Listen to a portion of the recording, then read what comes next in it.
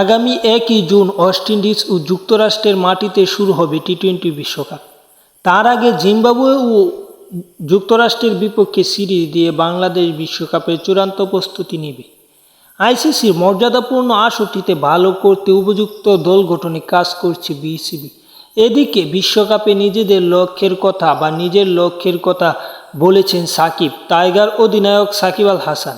বর্তমানে তিনি অধিনায়ক শান্ত তিনি তবু অধিনায়কের মতো নেই, কিন্তু তিনি কি করবে বা কেমন করবে সেই লক্ষ্য জানিয়েছে। যুক্তরাষ্ট্রের একটি অনুষ্ঠানে টি-20 বিশ্বকাপ নিয়ে সাকিব বলেন, বিশ্বকাপে পাওয়ার মতো অবস্থা বিশ্বকাপ চ্যাম্পিয়ন হওয়ার মতো অবস্থা আছে কি না তা এখন আমরা জানি না, কিন্তু বিশ্বকাপে ভালো কিছু করার মতো ক্ষমতা আছে।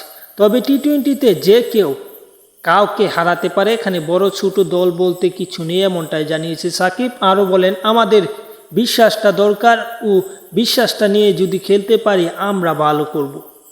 বলছি না ট্রফি জিততে পারবো, কিন্তু আমরা ভালো করব এমন আশা তো করতে পারি। তবে আমাদের ভালো কিছু সম্ভাবনা আছে।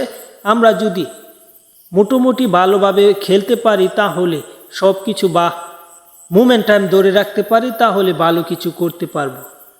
ভালো কিছু করতে খুব বেশি কিন্তু ম্যাচ জিততে হয় না। আমি আশা করি আমরা সেটা করতে পারবো।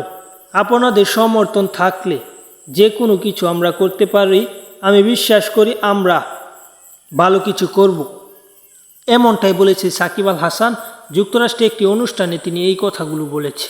যাই হোক, খেলার আপডেট পেতে চ্যানেল সাবস্ক্রাইব করে রাখুন।